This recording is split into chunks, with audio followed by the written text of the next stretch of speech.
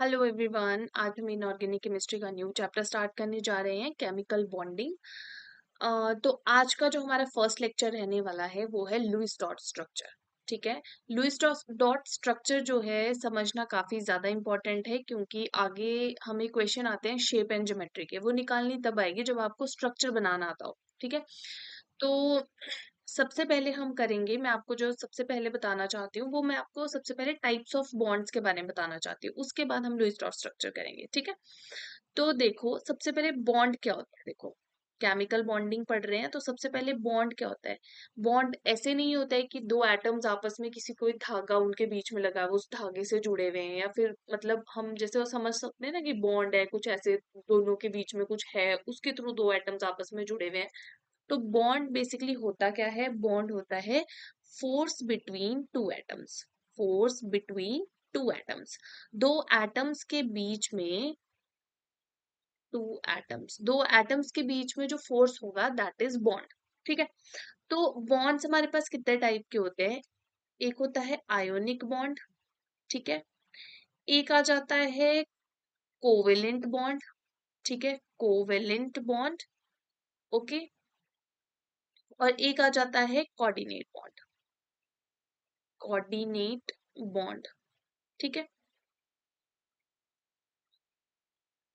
मैं शुरू से आपको ये बताती आ रही हूँ कि कोई भी एटम्स हैं वो बेसिकली बॉन्डिंग क्यों कर रहे हैं।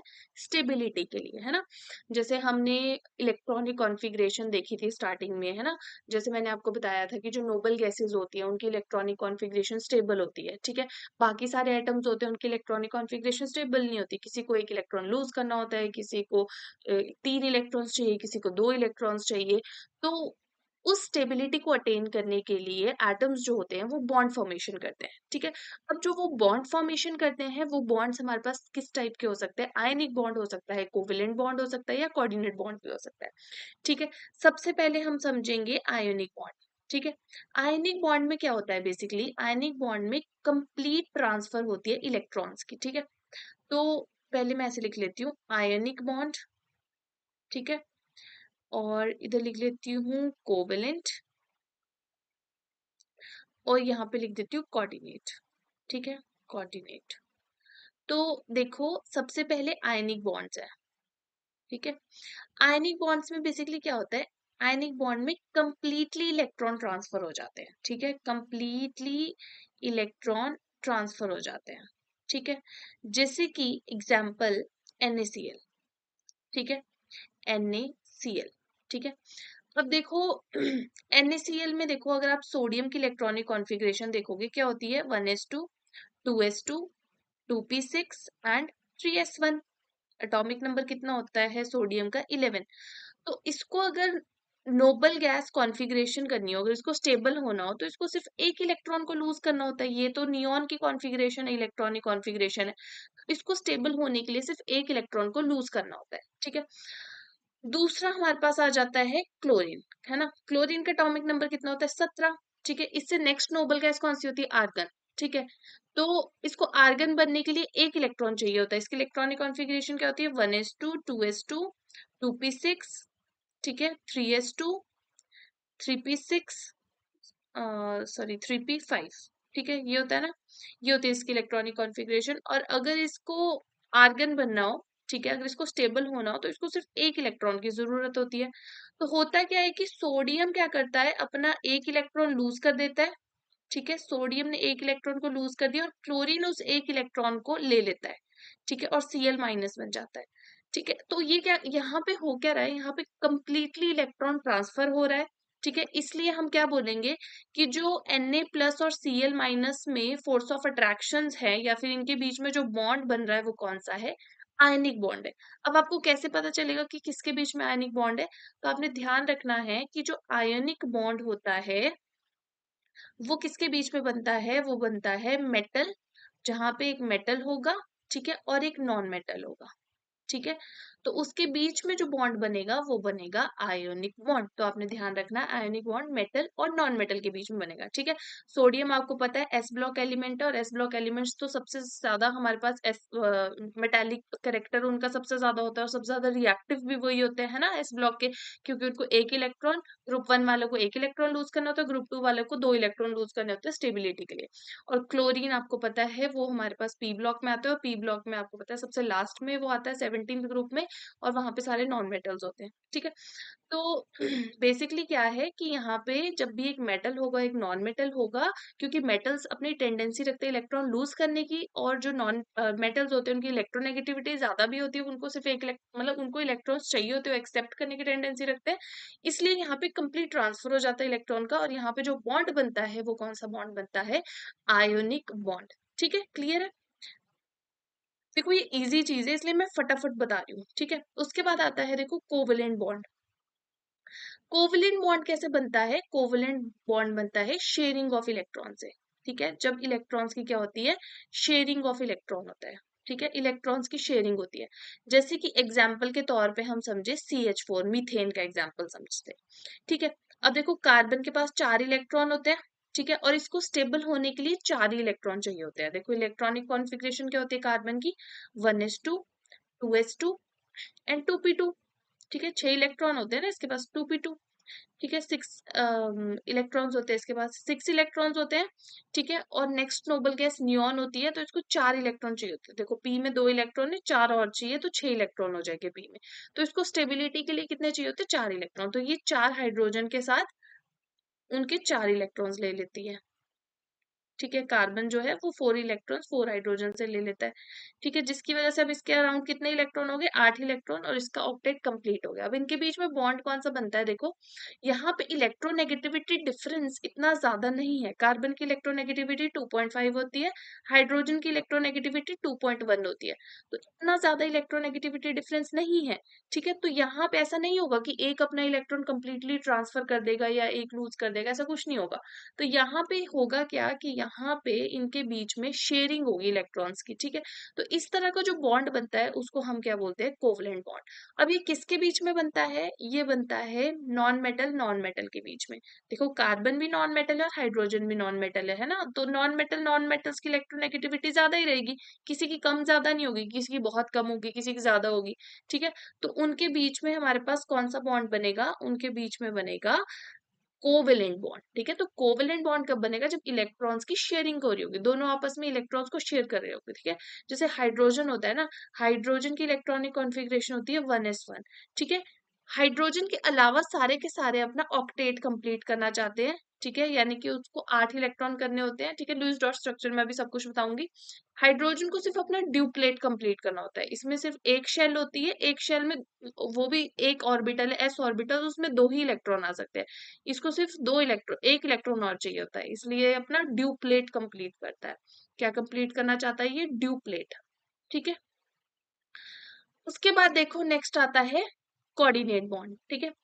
कोऑर्डिनेट बॉन्ड कैसे बनता है, जब हमारे पास इलेक्ट्रॉन्स की कैसे होती है, पार्शियल शेयरिंग ऑफ इलेक्ट्रॉन होता है, पार्शियल शेयरिंग ऑफ इलेक्ट्रॉन, ठीक है। पार्शियल मतलब आधी अधूरी, जैसे कि एग्जाम्पल हो गया हमारे पास BF3 और BF3 BH3 ले लो, चलो BF3 ले लो, और NH3 के बीच BH3 लिख लो, यहाँ पे बोरेन लेते हैं,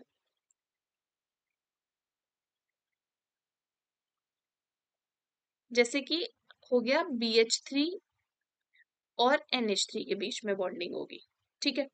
अब देखो मैंने आपको पहले बताया था कि जो बोरोन, देखो बोरोन के अराउंड कितने इलेक्ट्रॉन होते हैं,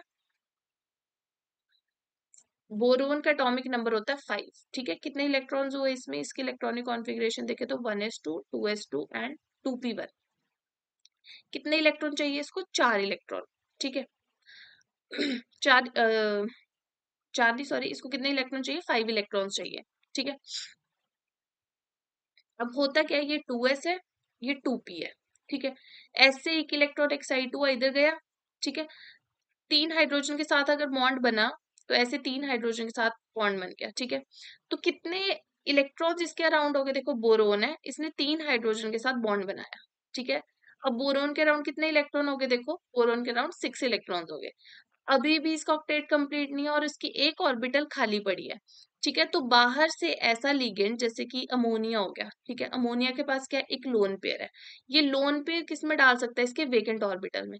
अब अमोनिया का जो ये लोन पेयर है ये नाइट्रोजन के पास भी रहेगा, ठीक है, वो अमोनिया के पास खुद के पास भी रहेगा, और वो बोरोन के मतलब BH3 के साथ भी शेयर कर रहा है।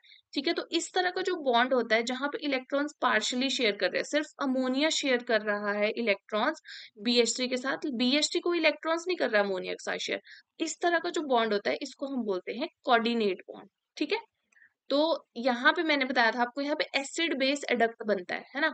देखो BH3 क्या है, इसके पास इलेक्ट्रॉन्स की कमी है, तो ये एक एसिड हो गया, लुईस एसिड हो गया, और ये कैसा हो गया, बेस हो गया, तो यहाँ पे एडक्ट फॉर्मेशन होती है, एसिड बेस एडक्ट फॉर्मेशन इसको बोलते हैं, एसिड बेस एडक्ट।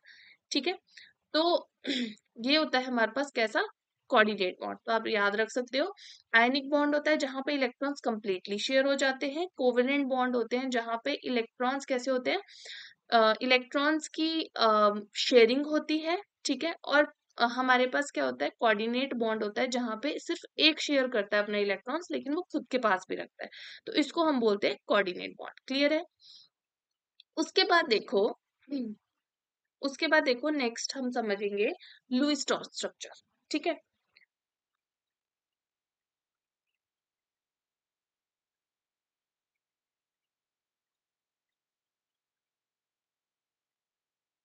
ठीक है, देखो सबसे पहले आप टॉपिक का नाम लिखेंगे Lewis dot structure, Lewis dot structure. ठीक है,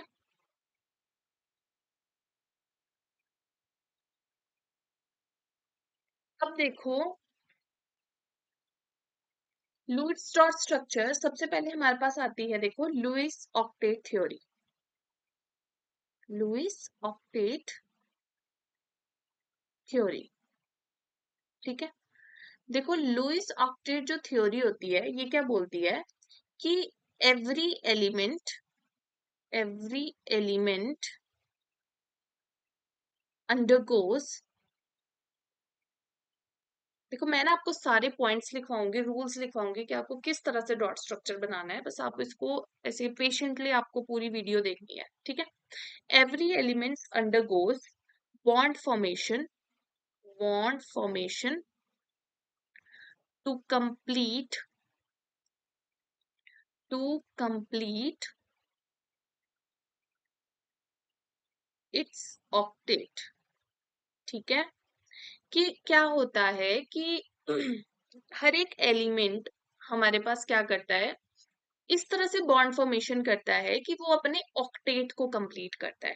ठीक है, क्या बोलती है लुईस ऑक्टेट थ्योरी कि हर एक एलिमेंट जो होगा वो इस तरह से बॉन्ड फॉर्मेशन करेगा कि वो अपने ऑक्टेट को कंप्लीट करना चाहेगा। ऑक्टेट मतलब कि 8 इलेक्ट्रॉन, आउटर मोस्ट शेल में 8 इलेक्ट्रॉन होने चाहिए, कितने होने चाहिए, आउटर मोस्ट शेल में होने चाहिए 8 इलेक्ट्रॉन। ठीक है, तो इस तरह से हर एक एलिमेंट क्या करता है, ये होता है ऑक्टेट रूल भी बोलते हैं इसको। ठीक है, ऑक्टेट रूल क्या होता है कि वैलेंस शेल के अंदर, वैलेंस शेल के अंदर हमारे पास कितने इलेक्ट्रॉन होने चाहिए, 1 इलेक्ट्रॉन होने चाहिए। इस तरह से अपने अराउंड 8 इलेक्ट्रॉन कंप्लीट करने के लिए कोई भी एलिमेंट क्या करेगा, बॉन्ड फॉर्मेशन करेगा। ऑलराइट, अब देखो होता क्या है कि एक्सेप्ट, यहाँ पे एक चीज लिखना है, एक्सेप्ट हाइड्रोजन। ठीक है, जो हाइड्रोजन होता है मैंने आपको बताया था, हाइड्रोजन की इलेक्ट्रॉनिक कॉन्फ़िगरेशन होती है 1s1, इसको सिर्फ 1 इलेक्ट्रॉन चाहिए होता है। देखो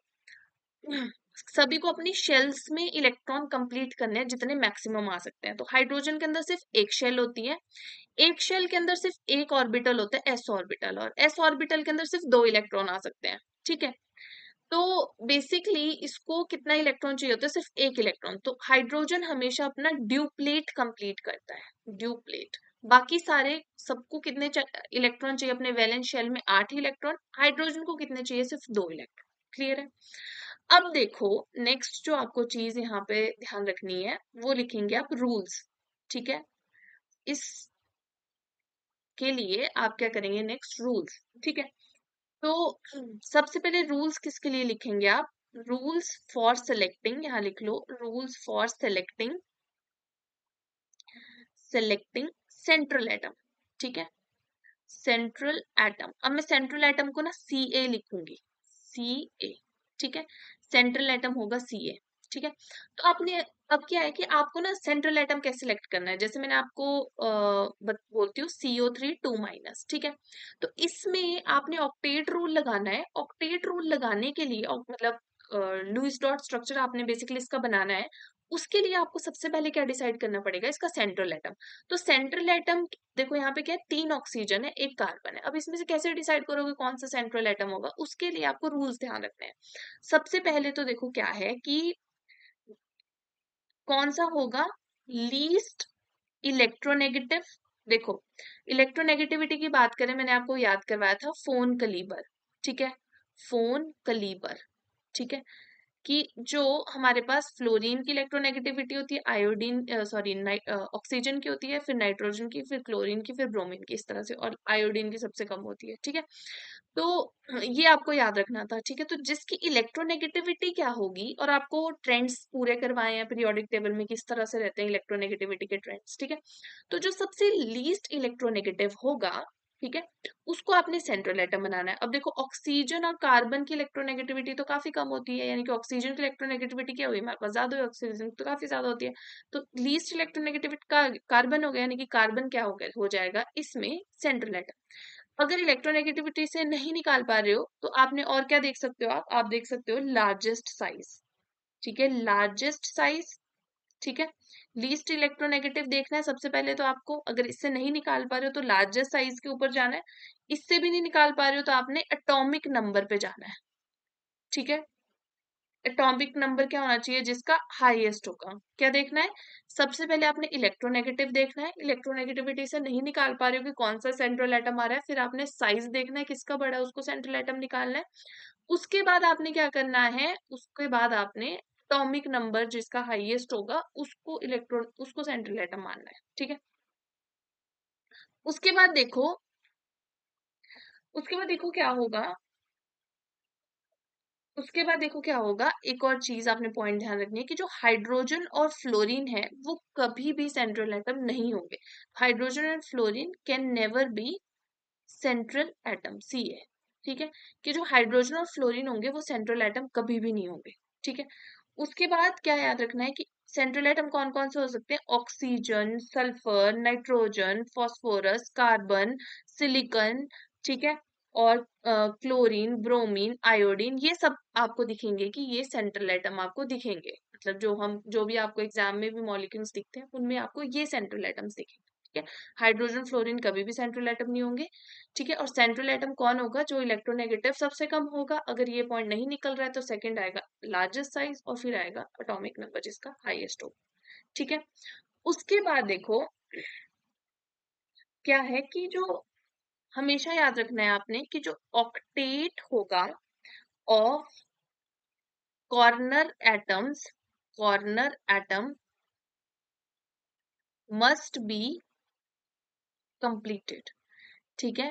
तो सबसे पहले तो आपने क्या करना है कि जो कॉर्नर वाले एटम्स है ना, उनका आपको ऑक्टेट कंप्लीट करना है, ठीक है। आपने क्या किया, सबसे पहले तो आपने सेंट्रल एटम देख लिया कि कौन सा होगा, ठीक है। उसके बाद जो कॉर्नर एटम्स होंगे ना, आपने उनका ऑक्टेट कंप्लीट सबसे पहले करवाना है, ठीक है। उसके बाद देखो क्या है कि जो सेंट्रल एटम है, ठीक है, उसमें कैन हैव इलेक्ट्रॉन्स, 8 भी हो सकते हैं उसमें और मोर, ठीक है। सेंट्रल एटम में 8 इलेक्ट्रॉन्स भी हो सकते हैं या 8 से ज्यादा इलेक्ट्रॉन्स भी हो सकते हैं, ठीक है। अब ये ना, ये सारे पॉइंट्स ना आपको ज्यादा समझ आएंगे जब हम एग्जांपल्स करेंगे, ठीक है। अब देखो और जो सेंट्रल एटम होता है, central atom try to remain in maximum covalency, maximum covalency, ठीक है। जो सेंट्रल एटम होता है वो हमेशा अपनी मैक्सिमम कोवेलेंसी में रहने की कोशिश करेगा, ठीक है। मैक्सिमम कोवेलेंसी, कोवेलेंसी मतलब कोवेलेंट बॉन्ड, ठीक है। तो मैक्सिमम कोवेलेंसी मतलब कि मैक्सिमम कोवेलेंट बॉन्ड वो कितने बना सकता है, उसमें वो रहना ज्यादा पसंद करेगा, ठीक है। तो क्या पॉइंट्स हो गए कि सबसे पहले आपको डिसाइड करना है कि सेंट्रल एटम कौन सा है, नंबर 1। नंबर 2 आपको फिर क्या ध्यान रखना है कि जब जो भी कॉर्नर वाले एटम्स होंगे आपने उनका ऑक्टेट कंप्लीट करवाना है। नंबर 3 जो सेंट्रल एटम होगा उनमें इलेक्ट्रॉन्स 8 भी हो सकते हैं या फिर 8 से ज्यादा भी हो सकते हैं। नंबर 4 कि सेंट्रल एटम हमेशा चाहेगा कि वो अपनी मैक्सिमम कोवेलेंसी में रहे। ये पॉइंट्स आपको ध्यान में रखने हैं, ठीक है। अब देखो मैक्सिमम कोवेलेंसी का क्या फंडा है। जो ऑक्सीजन होती है ना, ऑक्सीजन उसकी कोवेलेंसी होती है 2, ठीक है। तो ऑक्सीजन एक बॉन्ड बनाएगा या फिर दो बॉन्ड बना रहा होगा। कोवेलेंट बॉन्ड एक या दो बनाएगा, ये ध्यान रखना है कि ऑक्सीजन की कोवेलेंसी क्या होती है कि वो एक या दो, यानी कि ऑक्सीजन एक बॉन्ड बना सकते हैं, दो मैक्सिमम कितनी होगी, दो, ठीक है। उसके बाद सल्फर, याद रखना है आपने, सल्फर की मैक्सिमम कोवेलेंसी कितनी होती है, 6, ठीक है। और जो सल्फर है या वो दो बॉन्ड बना रहा होगा या वो 4 या फिर 6। तो सल्फर की कोवेलेंसी कितनी होगी, 2 4 6, ठीक है। और मैक्सिमम कोवेलेंसी कितनी होगी सल्फर की, 6। तो 6 कोवेलेंसी में वो सबसे ज्यादा खुश रहेगा जब 6 कोवेलेंट बॉन्ड वो बना रहा होगा, ठीक है। उसके बाद आता है नाइट्रोजन, ठीक है। नाइट्रोजन की जो मैक्सिमम कोवेलेंसी होती है वो होती है 4, ठीक है। और नाइट्रोजन कितने बॉन्ड बना रहा होता है, 3 या फिर 4 बॉन्ड बना रहा होता है, ठीक है। उसके बाद देखो फास्फोरस, फास्फोरस की मैक्सिमम कोवेलेंसी होती है 5। वो कितने बॉन्ड बनाता है, या तो फास्फोरस 3 बॉन्ड बनाता है, ठीक है, या तो 4 भी बना देता है वो, या तो 5 भी बना लेता है, ठीक है। उसके बाद देखो नेक्स्ट है कार्बन, कार्बन की तो 4 ही होती है ना, अभी हमने देखा था ना, कार्बन तो होता ही टेट्रावेलेंट है, वो तो 4 ही बॉन्ड बनाता है ना। तो 4 ही होगी इसकी, 4 से कम ज्यादा कुछ नहीं होगी, ठीक है। उसके बाद सिलिकन की भी 4 होगी, ठीक है। और जो ब्रोमीन होगा उसकी मैक्सिमम 7 होगी, ठीक है, 7 होगी। सिमिलरली क्लोरीन की भी कितनी होगी, 7 होगी। ये कितने बॉन्ड बनाते हैं, एक बॉन्ड बना सकते हैं, 3 बना सकते हैं, 5 बना सकते हैं, या फिर 7 बना सकते हैं। तो ये तो हो गया पार्ट जो आपको लर्न रखना है, ये ठीक है, ये आप पार्ट आपको लर्न रखना है, ठीक है। क्या हो गया, ऑक्सीजन की मैक्सिमम कोवेलेंसी कितनी हो सकती है, 2। ऑक्सीजन एक या फिर दो बॉन्ड्स बनाएगा, ठीक है। तो मैक्सिमम कितनी होगी, 2। मैक्सिमम बॉन्ड्स कितने बना सकता है, 6। सिमिलरली सल्फर की 6 हो गई, तो सल्फर 2 4 6 बॉन्ड्स बना सकता है, ठीक है। नाइट्रोजन की कितनी होगी, 4 मैक्सिमम होगी, वो 3 या 4 बॉन्ड्स बनाएगा, ठीक है। और फास्फोरस है उसकी 5 हो गई, ठीक है, वो कितने बॉन्ड्स बना सकता है, 3 4 5 बना सकता है, ठीक है। कार्बन है उसकी 4 हो गई, सिलिकन की भी 4 हो गई, ब्रोमीन की 7 होती है, ठीक है। 1 3 5 और 7 बॉन्ड्स बनाता है। उस तरह क्लोरीन की भी 7 ही होती है, ठीक है, दोनों सेम ग्रुप में आते हैं ना, दोनों की 7 7 होती है, ठीक है। तो आपने ध्यान रखना है, ठीक है। अब स्टार्ट करते हैं और सारी चीजें आपकी अप्लाई होगी आगे, ठीक है। ओके, तो क्वेश्चन, अच्छा एक और चीज, 2 पॉइंट्स और लिखो कि जो पॉजिटिव चार्ज होगा, ठीक है, जो पॉजिटिव चार्ज होगा वो आपको किसके ऊपर लगाना है, positive charge will be on, will be on central atom, ठीक है। सेंट्रल एटम के ऊपर आपको पॉजिटिव चार्ज लगाना है, और जो नेगेटिव चार्ज होगा, ठीक है, नेगेटिव चार्ज होगा, it will be on corner atom, ठीक है, कॉर्नर एटम। तो आपको हमेशा क्या याद रखना है कि जो नेगेटिव चार्ज होगा वो किस पे होगा, कॉर्नर एटम्स पे, और जो पॉजिटिव चार्ज होगा वो सेंट्रल एटम पे। तो अब शुरू करते हैं, ठीक है। तो सबसे पहले देखो क्या है, एग्जाम्पल से करते हैं। सबसे पहले हम H2 का एग्जाम्पल समझेंगे, लेकिन उससे पहले हम 2 3 चीजें निकालना सीखेंगे। सबसे पहले Q, ठीक है। Q क्या है, Q का मतलब होता है टोटल इलेक्ट्रॉन, ठीक है। टोटल इलेक्ट्रॉन कितने होंगे, नंबर ऑफ वैलेंस इलेक्ट्रॉन्स, ठीक है, नंबर ऑफ वैलेंस इलेक्ट्रॉन्स, ठीक है, प्लस, देखो जब भी कोई, जैसे देखो ये हमारे पास क्या है, CO3 2 माइनस, तो ये CO3 है, एक कार्बन है, 3 ऑक्सीजन है। हमें पता है कार्बन में कितने वैलेंस इलेक्ट्रॉन होते हैं, ऑक्सीजन में कितने वैलेंस इलेक्ट्रॉन होते हैं। वैलेंस इलेक्ट्रॉन्स क्या होते हैं, फटाफट से अपने दिमाग में सोच के रखो, क्या होते हैं वैलेंस इलेक्ट्रॉन। तो यस, वैलेंस इलेक्ट्रॉन्स होते हैं, जितने इलेक्ट्रॉन्स वैलेंस शेल में होते हैं उनको हम बोलते हैं वैलेंस इलेक्ट्रॉन्स, ठीक है। जैसे कार्बन में कितने होते हैं, 1s2 2s2 एंड 2p2। तो वैलेंस शेल कौन सी होती है, outermost shell, outermost shell कौन सी है, सेकंड शेल, तो उसमें कितने इलेक्ट्रॉन्स है, 4। ठीक है, तो आपने ध्यान रखना है सभी के वैलेंस इलेक्ट्रॉन्स आप सबसे पहले यही काम करेंगे, ऐसे निकालेंगे। ठीक है, तो आपने याद रखना है जैसे कार्बन में 4 होते हैं, नाइट्रोजन में 5 होते हैं। ठीक है, उसके बाद ऑक्सीजन में 6 होते हैं। ठीक है, और उसके बाद क्या आता है, फ्लोरीन में 7 होते हैं। ठीक है, और इनके ग्रुप्स में जैसे कार्बन के नीचे सिलिकॉन आता है ना, और नाइट्रोजन के नीचे फास्फोरस आता है, उसमें 5 होंगे, ऑक्सीजन के नीचे सल्फर आता है, उसमें भी 6 होंगे। तो ग्रुप में भी उतने ही वैलेंस इलेक्ट्रॉन्स होते हैं। हमने देखा था ना electronic configuration, valence shell electronic configuration सबकी की थी, तो उतने ही वैलेंस इलेक्ट्रॉन्स होते हैं। ठीक है, अब देखो, अब देखो क्या है, number of valence electrons total कितने होंगे वो। ठीक है, प्लस अब देखो किसी के ऊपर क्या बता रही थी मैं कि किसी के ऊपर नेगेटिव चार्ज का मतलब क्या है कि उसके अंदर इलेक्ट्रॉन्स ऐड हुए हैं, है ना। तो हम नेगेटिव चार्ज को ऐड करेंगे क्योंकि हमने टोटल इलेक्ट्रॉन निकालने हैं, तो नेगेटिव चार्ज का भी मतलब क्या है, इलेक्ट्रॉन। तो प्लस नेगेटिव चार्ज, और पॉजिटिव चार्ज का मतलब क्या होता है कि इलेक्ट्रॉन निकाले हैं। टोटल इलेक्ट्रॉन कितने होंगे, जितना नेगेटिव चार्ज पॉजिटिव चार्ज को माइनस करेंगे, तो माइनस पॉजिटिव चार्ज। क्योंकि पॉजिटिव चार्ज को क्यों माइनस करें, क्योंकि पॉजिटिव चार्ज का मतलब होता है इलेक्ट्रॉन को निकाल दिया है। ठीक है, तो सबसे पहले तो हमने टोटल इलेक्ट्रॉन निकालने हैं। तो टोटल इलेक्ट्रॉन नेगेटिव चार्ज को प्लस कर दो, पॉजिटिव चार्ज को माइनस कर दो। ठीक है, उसके बाद देखो नेक्स्ट काम क्या करना है आपने, नेक्स्ट आपने बॉन्ड पेयर वाले इलेक्ट्रॉन्स निकालने हैं। ठीक है, तो यहाँ लिख दो bond pair electron. Bond pair electron कितने होंगे, 2 into number of bonds, number of bonds, क्योंकि एक बॉन्ड के अंदर कितने इलेक्ट्रॉन होते हैं, 2। ठीक है, तो जितने बॉन्ड्स होंगे मल्टीप्लाई बाय 2, उतने बॉन्ड पेयर इलेक्ट्रॉन होंगे। ठीक है, उसके बाद आपने निकालने हैं लोन पेयर इलेक्ट्रॉन। ठीक है, लोन पेयर इलेक्ट्रॉन कितने हो गए जो बचे, total electron minus bond pair electron. ठीक है, तो कितने हो गए वो लोन पेयर इलेक्ट्रॉन, वो हो गए लोन पेयर इलेक्ट्रॉन। ठीक है, तो शुरू करते हैं। सबसे पहले सबसे सिंपल H2। H2 का आपको लुईस डॉट स्ट्रक्चर बनाना है। ठीक है, सबसे पहले तो हमने क्या निकालना है, Q, कि कितने इलेक्ट्रॉन्स होते हैं। तो हाइड्रोजन में एक इलेक्ट्रॉन होता है, 2 हाइड्रोजन हो गया यानी 2 इलेक्ट्रॉन, तो टोटल इलेक्ट्रॉन हो गए 2।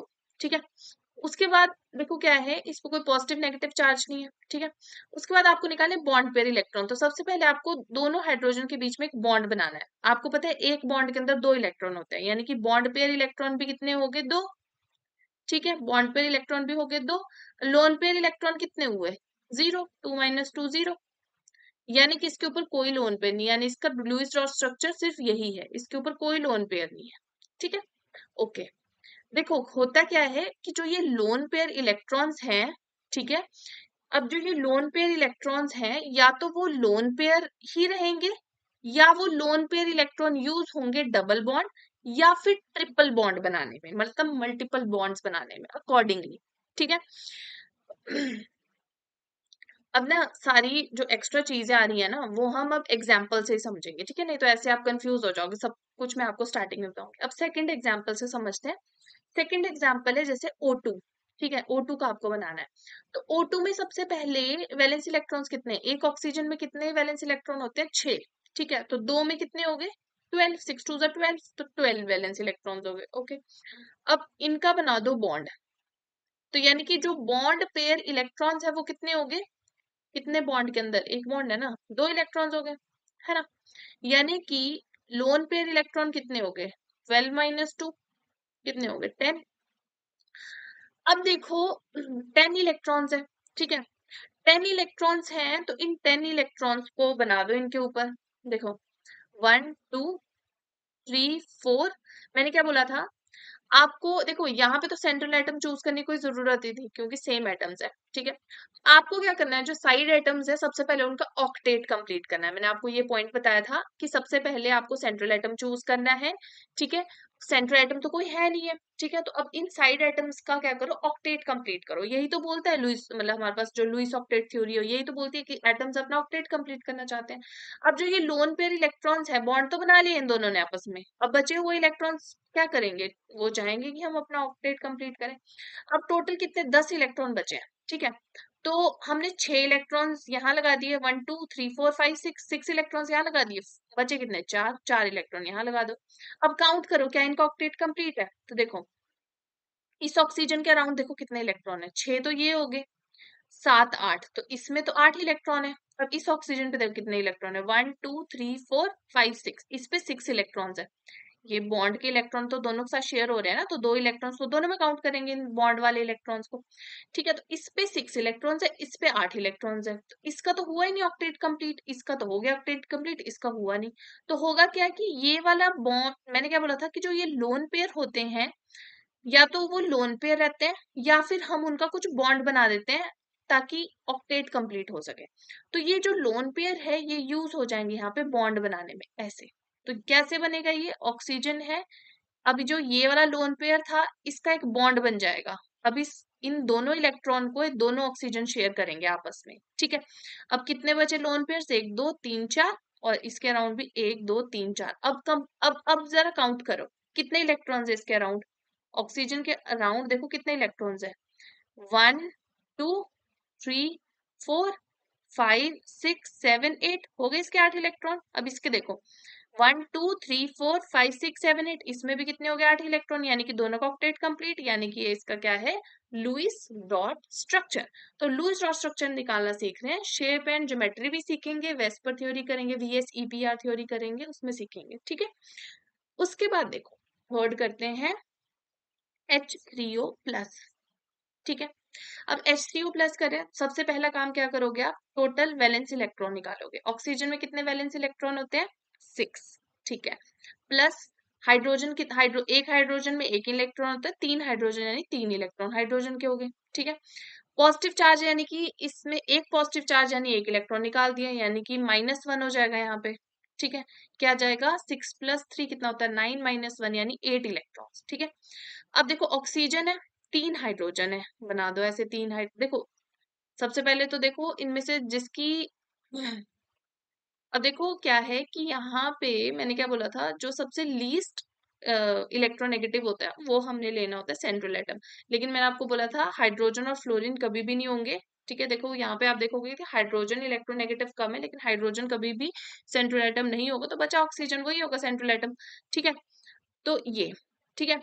अब आप निकालोगे बॉन्ड पेयर इलेक्ट्रॉन, कितने आएंगे बॉन्ड पेयर इलेक्ट्रॉन, देखो बॉन्ड पेयर इलेक्ट्रॉन कितने बॉन्ड है, 3 बॉन्ड है, 3 बॉन्ड्स के अंदर कितने इलेक्ट्रॉन होंगे, 6 इलेक्ट्रॉन। ठीक है, उसके बाद निकालोगे लोन पेयर इलेक्ट्रॉन, कितने होंगे, 8 - 6 यानी कि 2 इलेक्ट्रॉन्स। ठीक है, 2 इलेक्ट्रॉन। अब देखो 2 इलेक्ट्रॉन्स है। ठीक है, तो क्या कहाँ हम 2 इलेक्ट्रॉन्स लगाएंगे, हम 2 इलेक्ट्रॉन्स लगाएंगे इसके ऊपर। ठीक है, और यहाँ पे क्या आ जाएगा, पॉजिटिव चार्ज। ठीक है, मैंने क्या बोला था कि जो पॉजिटिव चार्ज होगा वो सेंट्रल एटम के ऊपर आएगा। ठीक है, और जो लोन पेयर है वो, अब देखो साइड एटम जो है, कॉर्नर एटम जो है वो हाइड्रोजन है, हाइड्रोजन को तो सिर्फ अपना ड्यूप्लेट कंप्लीट करना होता है, वो तो हो गया है ड्यूप्लेट, मतलब 2 इलेक्ट्रॉन, एक ये हो गए इसके पास 2 इलेक्ट्रॉन, है ना। जो ये बॉन्ड के अंदर इलेक्ट्रॉन होते हैं बेसिकली, ये इलेक्ट्रॉन दोनों के साथ, दोनों के लिए होते हैं, इस ऑक्सीजन के पास भी ये दोनों इलेक्ट्रॉन है, हाइड्रोजन के पास भी ये दोनों इलेक्ट्रॉन, और हाइड्रोजन को तो 2 इलेक्ट्रॉन चाहिए होता है, हाइड्रोजन को मजे से 2 इलेक्ट्रॉन है, यानी कि ये जो लोन पेयर होगा किसके ऊपर होगा, ऑक्सीजन के ऊपर होगा। और पॉजिटिव चार्ज मैंने बोला ही था आपको कि वो किसके ऊपर होता है, सेंट्रल एटम के ऊपर होता है, तो सेंट्रल एटम के ऊपर लगा दिया, तो ये आ जाएगा इसका लुईस डॉट स्ट्रक्चर। ठीक है, अब आते हैं हम फोर्थ एग्जाम्पल पे। फोर्थ एग्जाम्पल है आपके पास NH4+। ठीक है, अब इसको एक बार वीडियो पॉज करो और इसको खुद सॉल्व करो। ठीक है, सबसे पहले क्या करोगे, Q निकालोगे। ठीक है, Q क्या होता है, टोटल वैलेंस इलेक्ट्रॉन्स। ठीक है, कितने वैलेंस इलेक्ट्रॉन्स आ जाएंगे, नाइट्रोजन पे होते हैं 5 वैलेंस इलेक्ट्रॉन, 4 हाइड्रोजन है, 4 पॉजिटिव चार्ज मतलब इलेक्ट्रॉन निकाला है, -1 यानी कि 8 हो गए इसके वैलेंस इलेक्ट्रॉन। फिर बॉन्ड पेयर इलेक्ट्रॉन निकालोगे, कैसे, नाइट्रोजन के साथ बॉन्ड बना दो, 4 हाइड्रोजन का बना दिया, ओके। उसके बाद क्या है, पॉजिटिव चार्ज किस पे लगता है, सेंट्रल के ऊपर लगता है। ठीक है, अब देखो कितने हो गए बॉन्ड पेयर इलेक्ट्रॉन, कितने, 4 बॉन्ड है, यानी कि बॉन्ड पेयर इलेक्ट्रॉन कितने हो गए, 8 हो गए, है ना। एक बॉन्ड के अंदर कितने होते हैं, 2 इलेक्ट्रॉन। ठीक है, तो 4 है तो कितने इलेक्ट्रॉन हो गए, 8, यानी कि लोन पेयर कितने हो गए, 8 - 8 0। लोन पेयर इलेक्ट्रॉन कितने हो गए, 0। तो बस ये इसका बन जाएगा लुईस डॉट स्ट्रक्चर। ठीक है, इजी है ना। उसके बाद देखो NO3-1। ठीक है, अब इसको आप खुद सॉल्व करो एक बार जरा, NO3-1। सबसे पहले Q निकालेंगे, Q क्या होता है, वैलेंस नाइट्रोजन में 5 वैलेंस इलेक्ट्रॉन होते हैं, ऑक्सीजन में कितने होंगे? एक ऑक्सीजन में 6 होते हैं, 3 ऑक्सीजन है, 6 3 18 होते हैं, ठीक है। एक नेगेटिव चार्ज है इसलिए +1, ठीक है। कितना हो गया? 6 3 18 प्लस 6 कितने हो गए? 24 इलेक्ट्रॉन्स। बहुत ज्यादा इलेक्ट्रॉन्स हो गए ये तो, ठीक है। उसके बाद देखो नाइट्रोजन है, ठीक है। अब देखो सेंट्रल एटम डिसाइड करना है। इलेक्ट्रोनेगेटिव जो लिस्ट होता है, लीस्ट कौन है इनमें से? ऑक्सीजन ज्यादा इलेक्ट्रोनेगेटिव, तो फोन कलीबर याद रखना आपने इलेक्ट्रोनेगेटिविटी के लिए, फोन कलीबर, ठीक है। ऑक्सीजन की ज्यादा इलेक्ट्रोनेगेटिविटी होती है, यानी कि सेंट्रल एटम क्या हो जाएगा? नाइट्रोजन हो जाएगा, ठीक है। तो ये लगा दिया हमने उसके अराउंड 3 ऑक्सीजन, ठीक है। यानी कि बॉन्ड पेयर इलेक्ट्रॉन्स कितने हो गए आपके पास? वो हो गए 6 इलेक्ट्रॉन्स, ठीक है। यानी कि लोन पेयर इलेक्ट्रॉन कितने हो गए? 24 माइनस 6 इज इक्वल टू कितने? 18, ठीक है। 18 हो गए, ओके। नेक्स्ट काम क्या करना है आपने? नेक्स्ट जो काम करना होता है आपको, इन 18 इलेक्ट्रॉन्स को आपको साइड एटम्स के ऊपर इस तरह से अरेंज करना है कि उनका ऑक्टेट कंप्लीट करवाना है। करवा देते हैं। देखो इस ऑक्सीजन के पास अभी 2 इलेक्ट्रॉन्स है ना, ठीक है। तो 1 2 3 4 5 6 हो गए 8 इलेक्ट्रॉन्स। 2 इलेक्ट्रॉन्स तो ये वाले थे, बाकी ये 6 हो गए 8 इलेक्ट्रॉन्स। वैसे ही इसके अराउंड भी हमने कितने कर दिया? 8 इलेक्ट्रॉन्स। इस वाले ऑक्सीजन के अराउंड भी कितने हो गए? 8 इलेक्ट्रॉन्स, ठीक है। हो गया सभी ऑक्सीजन का ऑक्टेट कंप्लीट? हो गया स्ट्रक्चर खत्म? नहीं। क्यों? नाइट्रोजन को देखो जरा एक बार। नाइट्रोजन के अराउंड कितने इलेक्ट्रॉन है? 6 इलेक्ट्रॉन। यानी कि ये स्ट्रक्चर हमारे पास कैसा है? कुछ रॉन्ग स्ट्रक्चर है। तो राइट स्ट्रक्चर कैसे बनेगा? देखो यहां से ना हमें एक कॉन्सेप्ट समझना पड़ेगा, किसका? फॉर्मल चार्ज का, ठीक है। फॉर्मल चार्ज का। तो जो फॉर्मल चार्ज होता है, this is not actual charge, ठीक है। एक्चुअल चार्ज नहीं होता। जैसे कि मैंने आपको बताया था HCl, HCl में क्योंकि इलेक्ट्रोनेगेटिव क्लोरीन ज्यादा हमारे पास क्या होता है? क्लोरीन ज्यादा इलेक्ट्रोनेगेटिव होता है हाइड्रोजन से, जिसकी वजह से इलेक्ट्रॉन जो ये दोनों इलेक्ट्रॉन्स है ना, ये क्लोरीन के पास ज्यादा रहेंगे। क्लोरीन के पास ज्यादा इलेक्ट्रॉन रहेंगे, इसलिए इस पे डेल्टा नेगेटिव चार्ज आएगा, और हाइड्रोजन के बेचारे के खुद के इलेक्ट्रॉन चले गए, इस पे डेल्टा पॉजिटिव चार्ज आ जाएगा। तो चार्ज तो इन पे क्या है? हल्का पॉजिटिव और हल्का नेगेटिव चार्ज है ना। लेकिन हमने बोल दिया कि इस पे -1 चार्ज और इस पे +1, तो ये फॉर्मल चार्ज हो गया ना, असली चार्ज थोड़ी ना है, फॉर्मल चार्ज हमने इसको बोल दिया।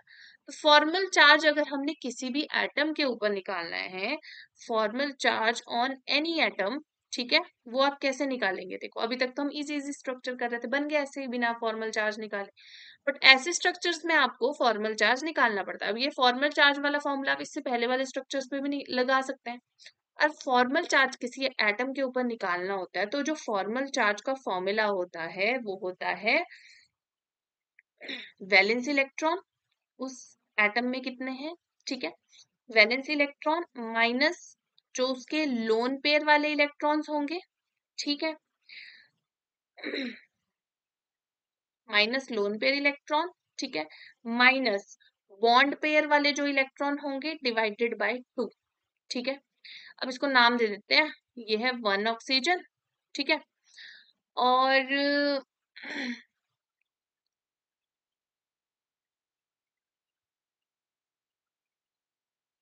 अच्छा एक और चीज ना, देखो हमारे पास क्या है? हमने ये बनाया था स्ट्रक्चर, है ना। ओ ऐसे ऐसे ऐसे ऐसे ऐसे ऐसे, वही बना रही हूँ ऊपर वाला स्ट्रक्चर, है ना। अब एक चीज देखो जरा कि क्या है कि नाइट्रोजन का ऑक्टेट कंप्लीट नहीं था, लोन पेयर भी हमने सारे लगा दिए। फिर मैंने आपको बोला था कि जो ये लोन पेयर्स होते हैं, या तो वो लोन पेयर रहते हैं, ठीक है, या फिर उनका डबल बॉन्ड या फिर ट्रिपल बॉन्ड बन जाता है, ठीक है। किस लिए बनता है? हमें ऑक्टेट कंप्लीट करवाना होता है। तो हमने यहाँ से एक लोन पेयर उठाया, ठीक है, और इस लोन पेयर का हमने एक बॉन्ड बना दिया ऐसे, ठीक है। इन लोन पेयर को हमने इस बॉन्ड में भेज दिया। क्यों भेज दिया? इससे नाइट्रोजन के पास भी 2 इलेक्ट्रॉन की कमी थी, वो पूरी होगी, इसमें भी 8 इलेक्ट्रॉन होंगे, ठीक है। और इस ऑक्सीजन के पास तो रहा ही ये लोन पेयर, है ना। तो ऑक्सीजन के पास कितने इलेक्ट्रॉन हुए? 4 ये हो गए, ठीक है, 4 ये बॉन्ड वाले हो गए, इसमें भी कितने हो गए? 8 इलेक्ट्रॉन हो गए, ठीक है। तो अब दोनों सभी के पास 8 8 इलेक्ट्रॉन हो गए। अब चार्ज किस पे कितना आएगा, उसके लिए हमें निकालना पड़ता है फॉर्मल चार्ज, ठीक है, कि कौन से वाले ऑक्सीजन पे क्या चार्ज आएगा, ठीक है। कैसे चेक करोगे आप? तो उसका फॉर्मूला होता है ये, ठीक है। तो इसको बोल देते हैं ये ऑक्सीजन 1 है, this is oxygen 2, this is oxygen 3 और ये नाइट्रोजन है। तो सबसे पहले तो फॉर्मल चार्ज देखते हैं कि नाइट्रोजन पे कितना आ रहा है।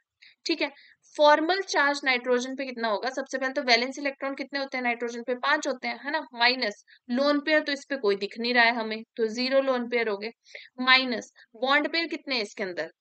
1 2 3 4, नाइट्रोजन के अराउंड 4 बॉन्ड पेयर है, यानी कि उनके अंदर इलेक्ट्रॉन कितने होंगे? 8 डिवाइडेड बाय 2 कितना हो गया? 5 माइनस 4 कितना आ गया? 1, यानी कि +1। तो हम क्या बोलेंगे? नाइट्रोजन के ऊपर कितना फॉर्मल चार्ज है? +1। ठीक है, उसके बाद करें फॉर्मल चार्ज ऑन ऑक्सीजन 1। ठीक है, फर्स्ट वाली ऑक्सीजन के ऊपर कितना फॉर्मल चार्ज है? कैसे करोगे? ऑक्सीजन में कितने वैलेंस इलेक्ट्रॉन होते हैं? 6, माइनस बॉन्ड पेयर में कितने इलेक्ट्रॉन है? 2, माइनस, ठीक है, सॉरी लोन पेयर होता है उसके बाद,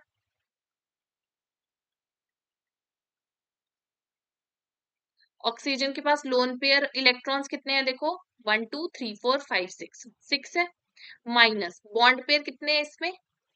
बॉन्ड पेयर इलेक्ट्रॉन कितने हैं? 2 डिवाइडेड बाय 2 कितना हो गया हमारे पास? 1। ठीक है, 6 माइनस 6 0, 0 माइनस 1 कितना आ गया? -1, यानी कि इस ऑक्सीजन पे कितना फॉर्मल चार्ज है? -1। उसी तरह से देखो इस ऑक्सीजन पे भी सेम -1 चार्ज आएगा। अब देखो ये जो थर्ड वाली ऑक्सीजन है इस पे कितना फॉर्मल चार्ज है? इस पे अगर आप निकालोगे तो ऑक्सीजन पे कितने वैलेंस इलेक्ट्रॉन होते हैं? 6। लोन पेयर कितने हैं इस पे? 4। Lone pair electron, lone pair तो 2 है लेकिन लोन पेयर इलेक्ट्रॉन्स कितने हैं? 4। ठीक है, बॉन्ड बॉन्ड पेयर इलेक्ट्रॉन कितने हैं? 2 बॉन्ड्स है, यानी कि 4 bond pair electron divided by 2 क्या आ गया हमारे पास? 6 माइनस 6 0। तो इस पे कोई फॉर्मल चार्ज नहीं, यानी कि जो इसका एग्जैक्ट स्ट्रक्चर होगा वो क्या होगा? नाइट्रोजन ऑक्सीजन ऐसे -1, दूसरा ऑक्सीजन होगा, ठीक है, 1 2 3 4 5 6 -1, ठीक है, डबल बॉन्ड ऑक्सीजन, और इस तरह से this will be its exact Lewis dot structure. ठीक है, तो इस तरह से आप क्वेश्चन अप्रोच करेंगे। क्या किया हमने? देखो इसमें सबसे पहले हमने इसमें टोटल इलेक्ट्रॉन काउंट निकाला। ठीक है, तो टोटल इलेक्ट्रॉन कैसे निकालने हैं? मतलब टोटल वैलेंस इलेक्ट्रॉन्स आपको प्लस करने हैं। नाइट्रोजन में 5 होते हैं, ऑक्सीजन में 6 होते हैं। ठीक है, तो आपको इस तरह से आपने निकाल दिया। उसके बाद आपने बॉन्ड बना दिए, ये नाइट्रोजन के साथ 3 ऑक्सीजन जुड़े हैं, तो बॉन्ड पेयर इलेक्ट्रॉन कितने हो गए? 6। उसके बाद लोन पेयर इलेक्ट्रॉन कैसे निकाले? 24 माइनस 6 करके। अब जो लोन पेयर इलेक्ट्रॉन है उनको हम अकॉर्डिंगली यूज करेंगे। ठीक है, तो हमने क्या देखा कि नाइट्रोजन का ऑक्टेट नहीं कंप्लीट हो रहा था, हमने क्या किया? एक लोन पेयर को बॉन्ड बना दिया, उससे क्या हुआ? नाइट्रोजन का ऑक्टेट भी कंप्लीट हो गया। ठीक है, अब क्या है? हमें चार्ज बताना है कि सभी एटम्स पे कितना कितना चार्ज होगा। उसके लिए हमने क्या करा? हमने ये चीज अप्लाई, हमने ये वाला फॉर्मूला अप्लाई कर दिया और इससे हमने फॉर्मल चार्ज निकाल लिया सभी एटम्स के ऊपर। ठीक है,